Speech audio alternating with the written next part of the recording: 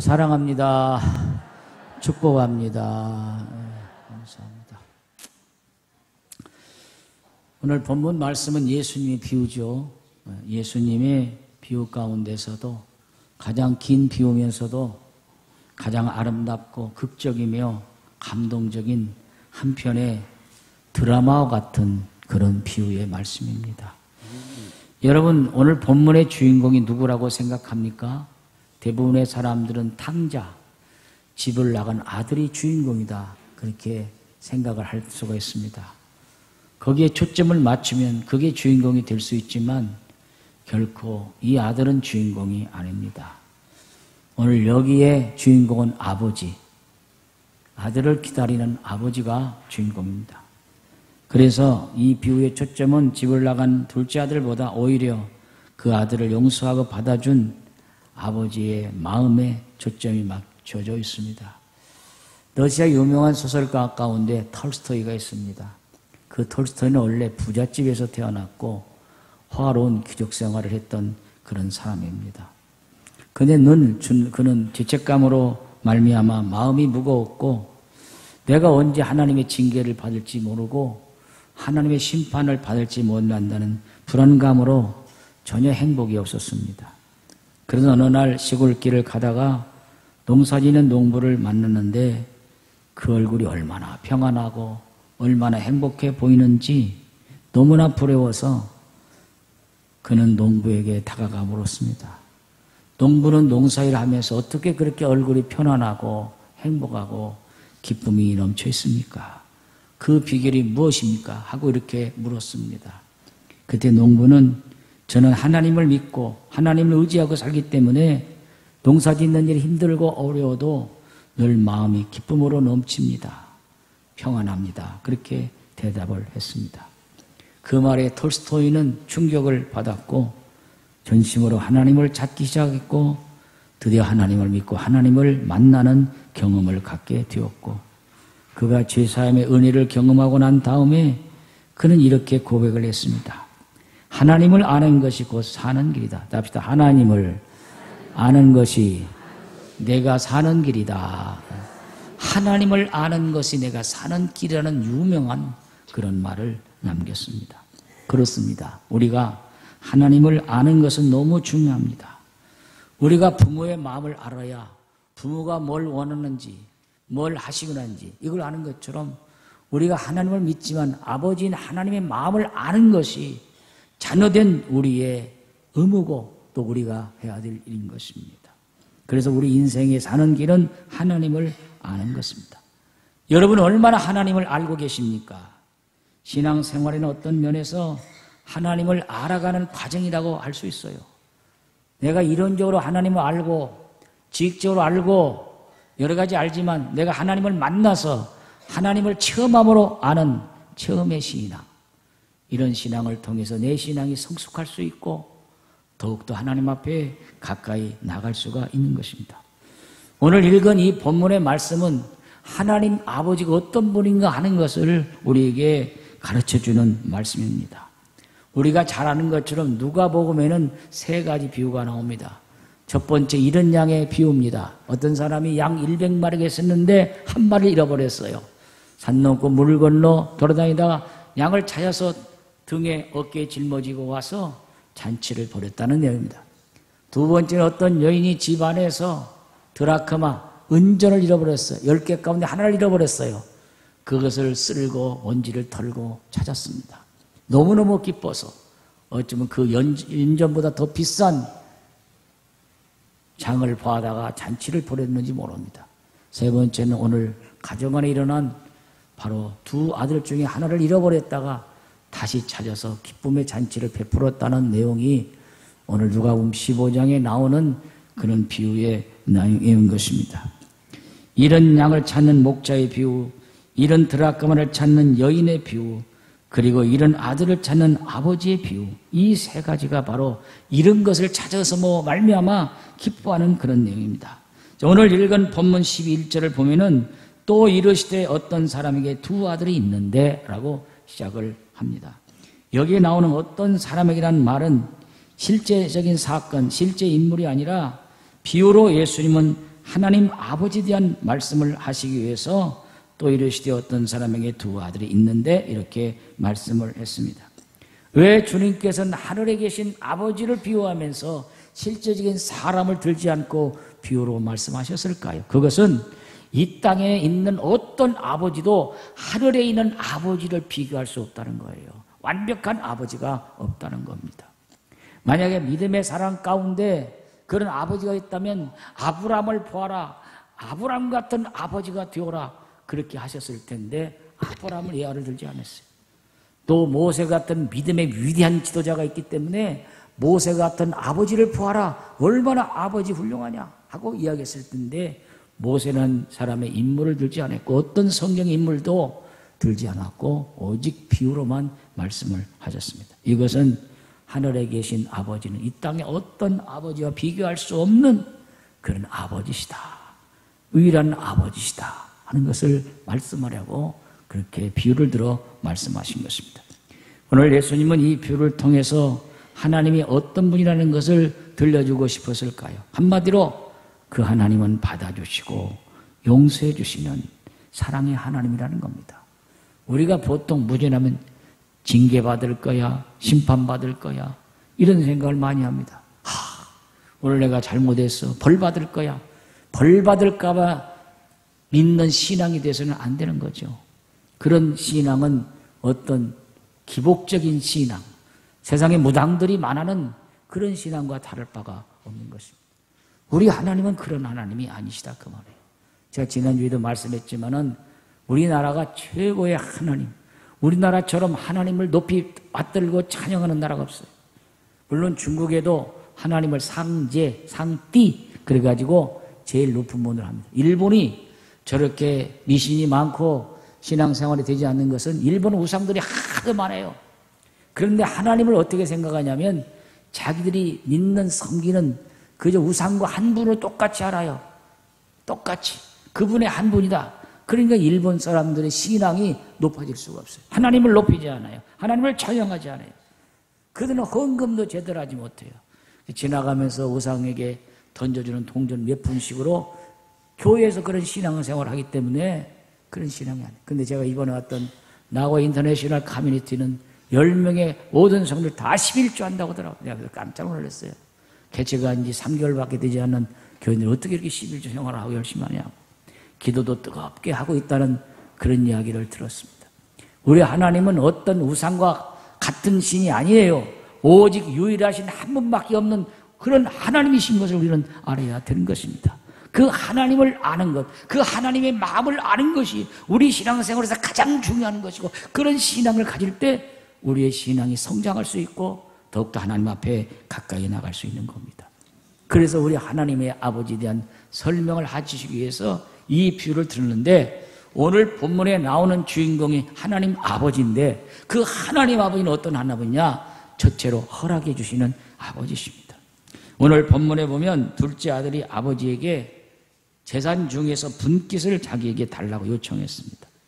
당시 유대인 보면은 아들이 둘이 있으면 큰 아들에게는 3분의 2의 유산을 줄 수 있고 둘째 아들에게는 3분의 1을 줄 수 있어요. 여기 분깃이라는 말은 유산을 달라는 거예요. 자, 그러면 이 말은 말도 안 되는 부당한 요구입니다. 아버지가 버섯이 살아계시는데 유산을 물려달라는 것은 아버지 보고 빨리 죽으라는 말과 같은 것입니다. 아버지 오래 사시는 것 같아요. 안 돌아가시니까 지금 나에게 유산을 물려주세요. 그렇게 말하는 것과 똑같은 거예요. 어디 이런 못된 아들이 있습니까? 그런데 그 아들은 그렇게 요구를 했습니다. 말도 안 되는 요구를 했는데 그 아버지는 허락을 해 주었다는 겁니다. 허락을 해 주시는 아버지라 그 말입니다. 오늘 이 말씀의 내용은 우리 하늘 아버지는 그것이 부당한 것이고 잘못된 것이지만은 허락해 주시는 아버지라는 것을 말씀하고 있어요. 하나님은 우리 인간을 창조하셨을 때 우리에게 고귀한 자유와 선택권을 주셨습니다. 하나님께서는 그저 우리를 강요하시거나 강제로 하신 분이 아니었어요. 그것이 잘못될 것인 걸 알고 부당한 요구인지 알았지만은 하나님께서는 그것을 허락할 수 있는 자유를 주셨다는 거예요. 우리에게 자유를 주셨다는 거예요. 선택권을 주셨다는 것이에요. 이게 좋으신 아버지예요. 마음대로 강요하는 그런 하나님이 아니셨다는 것입니다. 우리의 선택을 통해서, 우리의 자유를 통해서 하나님은 교제하기를 원하시는, 허락하시는 인격적인 하나님이라고 말씀했습니다. 그러므로 여기서 우리가 중요한 원리를 하나 알아야 돼요. 영적 원리를 알아야 돼요. 그것은 하나님의 뜻과 하나님의 허락이 같지 않다는 것입니다. 하나님의 뜻은 이러지만 하나님은 그것이 뜻에 맞지 않을지라도 허락해 주시는 하나님이에요. 예를 들면은 이혼을 해서는 안 됩니다.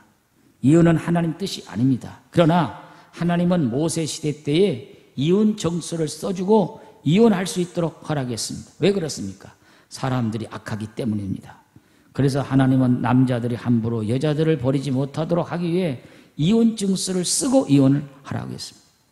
그러나 본래 결혼에 대한 하나님의 본래 뜻은 하나님이 짝지어 주신 것을 사람이 나누지 못할지라는 것이 하나님의 뜻입니다. 하나님의 뜻은 이혼하는 것이 아니지만 어쩔 수 없이 이혼하게 될 때는 이혼하도록 하신 것이 하나님의 허락이라 하는 그런 말씀입니다. 이분이 우리 하나님 아버지시고 우리에게 허락해 주시는 분, 사랑으로 용납해 주시는 분이라는 사실을 오늘 우리는 알아야 합니다. 두 번째로 우리 하나님은 잃어버릴 수 없는 아버지십니다. 오늘 계속해서 보면 아버지 유산을 받은 둘째 아들은 먼 나라로 갔다 왔어요. 어느 나라로 간지는 몰라. 미국으로 갔는지 중국으로 갔는지 아프리카로 갔는지 또 우리 이 대한민국에서 부산으로 갔는지 서울로 갔는지 어디로 갔는지는 몰라요. 그냥 먼 나라니까 우리나라를 떠난 것 같아요. 그 나라를 떠나서 먼 나라로 간 것 같아요. 그런데 먼 나라로 갔는데 아버지 유산을 받아가지고 가서 열심히 장사도 하고 노력해서 돈을 더 늘리고 그랬으면 좋을 텐데 오늘 말씀해 보면 허랑방탕해서 그걸 다 낭비했다고 그랬어요. 다 써버렸다고 그랬어요. 그러니까 거지가 됐어요. 돈도요, 친구도 돈 있을 때 친구가 붙는 것이지 돈 없어 봐야 친구 다 떨어지는 거예요. 그렇기 때문에 이 아들이 돈이 있을 때는 친구들도 많이 모여들고 막 놀러가고 재미있고 막 그랬을 텐데 돈 떨어지니까 친구 떨어지고 다 떨어지고 아무것도 없어.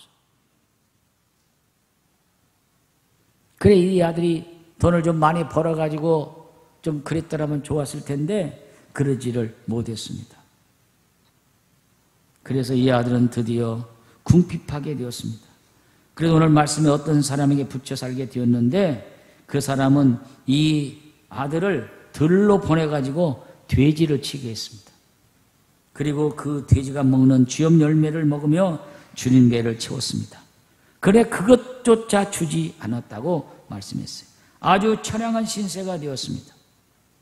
여러분 아버지를 떠나면 그때부터 고생이고 그때부터 문제가 생기는 거예요. 비로소 자기가 힘들고 어려우니까 정신이 바짝 들었습니다.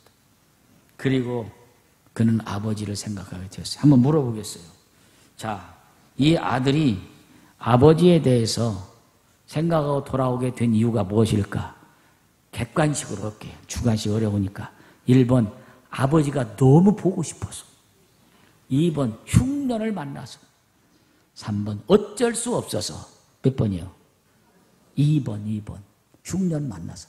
오늘 여기 말씀해 보면 이 아들이 돈 다 써버리고 힘들고 어려운데 흉년까지 들었다고 했어요. 풍년이 들었으면 그렇지 않았을 때 흉년이 들었다고 했어요. 이 말은 인생에 흉년이 왔다는 거예요. 힘들고 너무 어려웠던 거예요. 먹을 것도 없고 힘들고 줄인 배를 움켜쥐고 돼지가 먹는 쥐염 열매를 팥껍질을 먹으면서 사는데 거기다 흉년이 왔어요. 그러니까 더 어렵게 된 거예요. 그러니까 그때야 누가 생각나요? 아버지가 생각나는 거예요. 자식들이 세상에 나가서 출세하고 성공하고 그러면 부모 생각 안 나. 근데 힘들고 어려우면 부모 생각나. 돈 달라고. 이게 인생의 하나의 비정한 법칙이에요. 이 아들도 나가서 성공했더라면 풍년이 들었다면 아버지 생각 하나도 안 날 텐데 실패하고 어렵고 배고프고 흉년까지 들어가서 먹을 것이 없고 그러니까 드디어 아버지 생각이 나게 된 것입니다. 그래서 이 흉년이 둘째 아들에게는 인생의 터닝 포인트가 되는 계기가 된 것입니다. 둘째는 인생의 흉년을 당하자 비로소 아버지를 생각하게 되었습니다. 흉년 안 만났으면 아버지 생각 안 했고 아버지께 돌아오지도 않았습니다. 그런데 이런 어려움이 되니까 아버지를 생각했어요. 그래서 누가복음 15장 10절 서예지 선생이 잘 읽었는데 한번 같이 읽어봅니다. 시작. 이에 스스로 돌이켜 이르되 내 아버지에게는 양식이 풍족한 품꾼이 얼마나 많은가? 나는 여기서 두려워 죽는구나. 인생의 흉년을 만나 비로소 아버지 생각나니까 내 아버지 집에는 먹을 것이 있는데 품꾼들도 잘 먹는데 나는 아들인데 내가 왜 이렇게 아버지를 떠나서 이런 고통을 나하고 굶고 살고 어렵게 되는가 하고 자기 자신을 되돌아보게 되었고 아버지를 생각하게 되었어요. 그래서 오늘 말씀은 스스로 돌이켜. 스스로 돌이키라는 말을 영어로 He came to himself 그랬어요. 자기 스스로가 깨달았다는 거예요. 누가 말한 게 아니에요. 너 아버지 떠나 너 웬 고생해. 너 아버지 떠나서 이렇게 되는 거야. 그렇게 말한 게 아니에요.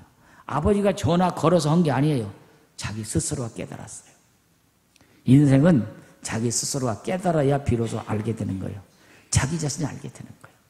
이 아들도 아버지를 떠나서 세상에 다니면서 고생하고 힘들고 어렵고 그렇게 된가 스스로 He came to himself 스스로 자기 자신을 알게 되어서 비로소 아버지를 생각하게 되고 아버지한테 돌아가야겠다.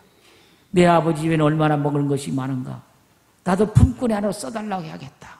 그런 생각을 가지고 아버지께로 돌아오기로 생각하게 된 것입니다.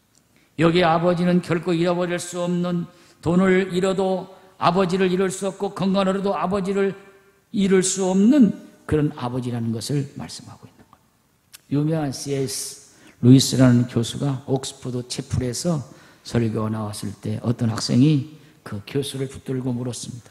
교수님, 교수님, 정말 하나님이 살아계시다면 왜 인생에 말할 수 없는 고통과 어려움이 있습니까? 그렇게 물었어요. 그러니까 그 교수가 이렇게 대답을 했습니다. 여보게 젊은이, 세상 사람들이 그렇지 않아도 좀 가졌다고 좀 배웠다고 교만하고 오만한데 그런 고통이 없던 더 오만하고 교만할 것 아닌가. 그렇기 때문에 이 고통은 말이야 귀먹은 사람들을 깨우쳐주는 하나님의 확성기야. 하나님의 메가폰이야. 이 고통이 있음으로 말미암아 그들이 하나님을 알고 하나님 길 믿고 하나님께 돌아오게 되는 거야. 그렇게 묘화를 했다는 거야. 우리가 세상에서 뭐든지 잘되고 잘되면 하나님 잃어버리고 살아요. 하나님 멀리하고 살아요. 내가 잘나서 내가 똑똑해서 잘한 줄 알아요. 그러나 내가 인생에 실패를 하고 어려움을 겪고 고통을 당하면 그때 생각난 것이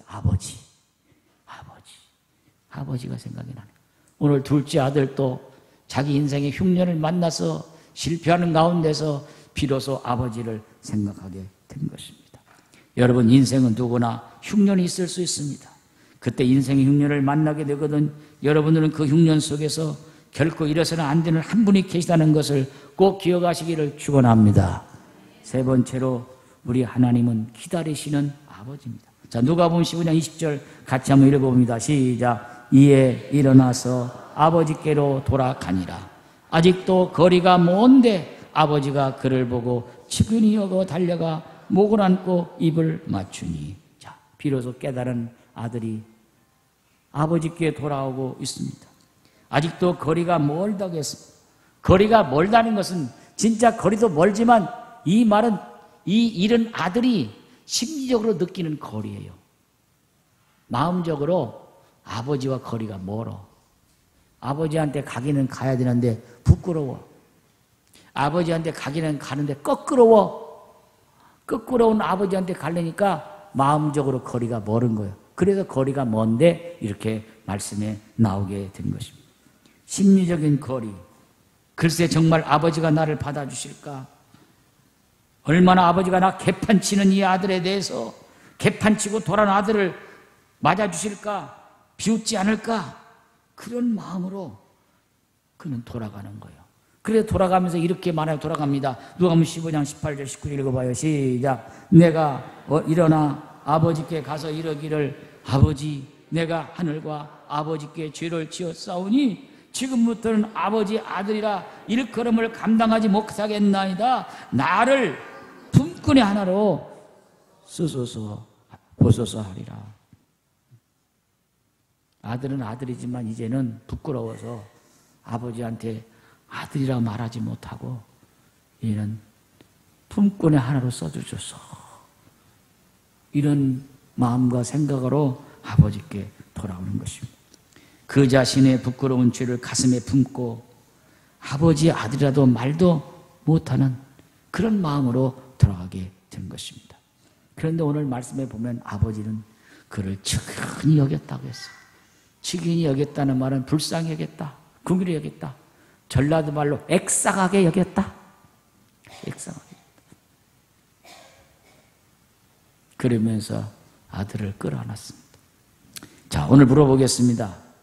아들이 아버지를 먼저 발견했습니까? 아버지가 아들을 먼저 보았습니까? 아버지가. 왜? 아들은 부끄러워서 고개도 못 들고 터벅터벅 그냥 집으로 가는데 누가 앞에 있는지 몰라. 그러나 아들은 오늘이나 어제나 내일이나 계속해서 집을 나간 후 또 아들을 기다렸기 때문에 눈이 빠지도록 먼 거리를 보는 거예요. 그런데 어느 날 거지 하나가 오기는 오는데 부모는 자기 자식을 멀리서 알아보는 거예요. 거지인데 자기 자식이 돌아오는 거예요. 또 한번 물어보겠습니다. 아들을 발견했습니다. 아들이 아버지한테 달려왔습니까? 아버지가 아들한테 달려갔습니까? 아버지가 아들에게. 아들은 부끄러워서 달리기는커녕 터덕터덕 걸음이 무거운데 아버지는 아들을 보고 한 걸음에 달려갔어요. 이것을 스폴츠라는 설교가는 이렇게 주석을 했어요. 둘째 아들이 간신히 한 걸음 한 걸음을 무겁게 내디디고 있을 때 기다리는 아버지는 10걸음으로 달려왔다. 이게 아버지 마음이요. 아들은 부끄럽고 껄끄러워서 무거운 발걸음으로 가지만 아버지는 아들이 오는 것만 좋아서 10걸음으로 달려갔다고 하는 것입니다. 이렇게 아들을 기다리고 아들을 맞이하는 그 아버지가 우리 하나님 아버지인 걸 믿으시기를 바랍니다. 아버지는 종들에게 말합니다. 우리 아들이 돌아왔다. 제일 좋은 옷을 내가 입혀라. 제일 좋은 옷을 내가 찾아보니까 뉴 클로스, 새로운 옷이요. 새 옷. 입다만 옷이 아니라 새 옷을 내가 입혀라. 새 신을 신겨 주어라. 송아지를 잡아 잔치하자. 아들은 혼자 있을 때 뭘 치는 사람이라고 했어요? 돼지. 돼지 치니 돼지고기도 못 먹어. 돼지 먹는 쥐업 열매도 먹어. 그런데 아버지는 아들이 돌아오니까 돼지를 잡으라고 그래? 소를 잡으라고 그래요? 소를 잡으라. 물어볼게요. 소값이 비싸? 돼지값이 비싸? 당연히 소값이 비싸지. 몇 배로 비싸지. 그런데 아버지는 돼지 잡으라는 것이 아니라 몇 배 비싼 소를 잡으라는 거예요. 송아지를 잡으라는 거예요. 왜? 아들이 돌아왔으니까. 이게 하늘나라의 잔치요. 이게 하늘의 역사요. 최고를 잡으라는 거예요. 최고. 그리고 손에 반지를 끼워라. 가락지를 끼워라. 가락지를 끼우라는 이유는 뭐냐면 이제 내 아들을 회복했다는 복권의 의미로서 가락지를 끼우라는 거예요. 그냥 가락지 끼우라는 게 아니라 여러분 결혼식 할 때 부부간 링을 끼우죠? 우리는 가락지가 없어요. 결혼식 때 가락지하면 서울에 있는 동호학교 건축할 때 싹 받쳐버렸어요. 그러면 그 교회가 나를 좀 가락지도 좀 사주고 목걸이 사줘야 하는데 안 사주네. 결혼식은 두 사람이 결혼할 때에 이렇게 맺은 언약이 계약이죠. 오늘 아버지가 아들에게 가락지를 끼웠다는 것은 너는 내 종이 아니다. 내 품꾼이 아니다. 너는 내 자식이다. 내 아들이라는 복권의 의미로서 가락지를 끼워준 거예요. 최고로 아버지는 아들을 맞이하는 내용이 오늘 본문의 내용인 것입니다. 여러분, 우리 하늘 아버지는 미리 용서해놓고 기다리시는 것입니다. 만약에 다른 아버지 같으면 아들이 돌아왔을 때 이놈아 너 이렇게 돌아왔느냐? 이놈 어떻게 내가 나에게 이럴 수 있느냐? 호통을 쳤지 모르지만 하나님은 하나도 묻지 않으시고 그 아들을 그대로 받아주셨어요. 이게 우리 하나님 아버지인 걸 믿으시기를 바랍니다. 이걸 유명한 화가 렘브란트라는 사람이 그림을 그렸어요. 제가 이 그림은 직접 유럽에 가서 박물관에 직접 봤어요. 이 그림에 보면은 렘브란트가 이 그림을 그렸을 때에 아들을 맞이하는 끌어안는 그 모습인데 그 눈을 보면 연민의 정으로 사랑의 눈으로 그 아들을 바라보는 그런 모습의 그림이에요. 옆에 있는 사람들은 우리로 말하면 바리새인이나 사두개인들 혹은 고관들 그냥 전혀 무관심하게 그걸 바라보지만 이 아버지는 아들이 돌아왔을 때 끌어안는 모습이에요. 렘브란트는 이걸 고백하기를 이게 나의 모습이다. 내가 이렇게 허랑방탕하고 세상길에 나섰지만 우리 아버지는 과거를 묻지 않고 나를 맞이해 주셨다. 그러면서 하나님 아버지에 대한 그림을 이렇게 돌아온 아들 탕자에 비해서 이렇게 그림을 그렸습니다. 여러분, 우리 하나님 아버지는 용서하시고 맞아주시는 아버지, 우리를 사랑으로 품어주신 아버지, 이 아버지인 걸 믿으시기를 바랍니다. 아들 이르되 아버지여 내가 하늘일과 아버지께 죄를 지었사오니 지금부터는 아버지 아들의 일컬음을 감당하지 못하겠나이다. 그러나 아버지는 아니다. 너는 내 아들이다. 아버지의 환대가 놀라운 환대이죠. 목욕은 물론이고 좋은 옷을 새로운 옷을 입히고 손에 가락지를 끼우고 새 신을 신기고 아들의 지위를 회복시켜 주었고 종들에게 살찐 송아지를 잡으라고 말씀하며 잔치를 벌렸습니다. 그러면서 아버지의 최고의 선언이 있습니다. 누가복음 15장 24절 오늘 본문 한번 같이 읽어봐요. 시작. 이 내 아들은 죽었다가 다시 살아났으며 내가 잃었다가 다시 얻었노라 하니 그들이 즐거워하더라. 자, 아들은 죽은 건 아니죠.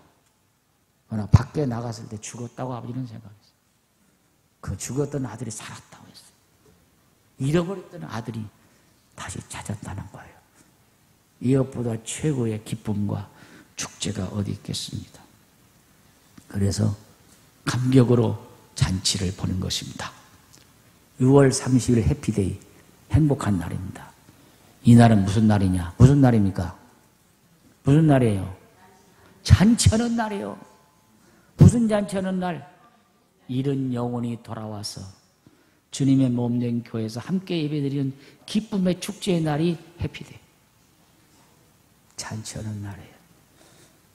오늘 아버지가 이런 아들이 돌아왔을 때 송아지를 잡고 우리 교회는 소잡을 돈도 없고 그럴 것도 없지만 잔치를 하는 날이에요. 할렐루야. 하늘나라의 잔치가 벌어지는 날, 우리 교회 잔치가 벌어지는 날 해피데이 6월 30일이에요. 여러분 지금부터 기도하시면서 정말 우리 교회를 떠나갔던 분들, 잃었던 분들, 아직도 갈팡질팡하는 이런 영혼들을 주께로 돌아오기를 위해서 기도하는 여러분 되시고 잔치 벌의 날이 되기를 축복합니다. 제가 일본에 가서 우리 박 목사님한테 이게 이미 나온 노래인데 나는 거기 들고 감동을 받았어요. Bless the Lord, O my soul. 송축해 영혼아. 이 노래가 우리나라에 많이 있는데 나는 이렇게 몰랐어요. 내가 이 노래를 아마 지휘자들 혹은 찬양단 하시는 분들한테 내가 보낸 기억이 나요. 우리 부교육자들도 보내고. 그 찬양이 얼마나 어려운지, 얼마나 좋은지 영국의 로버트 알버트 홀에서 수만 명이 모여서 찬양하는데 우리 유학생들이 어마어마하게 많이 모였어요. 근데 이것을 서울의 사랑교회 할렐루야 찬양대가 이걸 불렀는데 한국어로 부르면 얼마나 감동인지 몰라요. 우리나라도 이미 2년 전에 박수현이라는 복음가수, 천관웅이라는 목사가 이걸 불렀더라고요. 내가 이것을 우리 교회에서 한번 부르고 싶어요. 언제? 6월 30일 날. 어렵지 않아. 한국말로 다 되어 있어요. 송축하 내 영혼, 송축하 내 영혼. Bless the Lord of my soul. 너무 좋은 거예요. 이걸 그날 한번, 설교는 길게 안 해도 그냥 이걸 한번 불렀으면 좋겠어. 할렐루야. 너무 좋아. 내가 다음 주에 한번 틀어드릴게요. 내가 보낸 분들 이미 보낸 분들 있어요. 다 보내지는 못해요.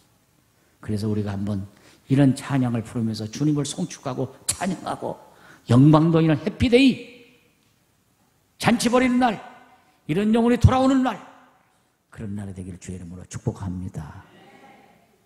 그래야 하나님이 기뻐하시는 거예요. 하나님은 새로운 불신자가 오는 것도 기뻐하지만 의인 99보다 한 영혼이 죽게 돌아오는 것, 죄인 하나가 회개하고 돌아오는 것을 하나님 더 기뻐하신다고 말씀했어요. 오늘 이런 마음으로 우리가 아버지의 마음을 안다면 우리도 아버지의 마음을 따라서 그 잃어버린 영혼에 대해 관심을 가지시고 그 영혼을 위해 기도하시고 그 영혼을 주님 앞으로 이끌기 위해서 힘쓰고 애쓰는 우리가 되기를 축원합니다. 진행위원들은 내 빠지를 다 달아드리고 기도하면서 짧은 기간이지만 그렇게 하려고. 여러분이 자원한 분들이에요. 왜 나는 여기다 빠졌다. 자원 안 했으니까 이름이 없는 거예요. 장로님도 자원하는 사람은 빠졌고 권사님도 빠졌고 자원하는 사람 이름이 없어요. 왜 난 안 넣었대. 그렇게 생각하지 마세요. 지난번에 종이 넣어가지고 다 자원시킨 분들이에요. 몇 명 되지 않더라도. 홍보요원 7명, 기도원 20명이에요. 27명 이번에 운행해 갑니다. 그러나 여러분 모두가 함께 동행해서 하나님의 귀한 사명을 감당할 수 있는 해피데이가 되시고 정말 이런 잃어버린 영혼이 누군가 여러분이 한번 마음속에 깊이 생각하면서 기도하면서 이 사명을 잘 감당하여 하나님을 기쁘시게 하는 하나님의 마음을 하는 그런 역사의 길을 주의 이름으로 축원합니다.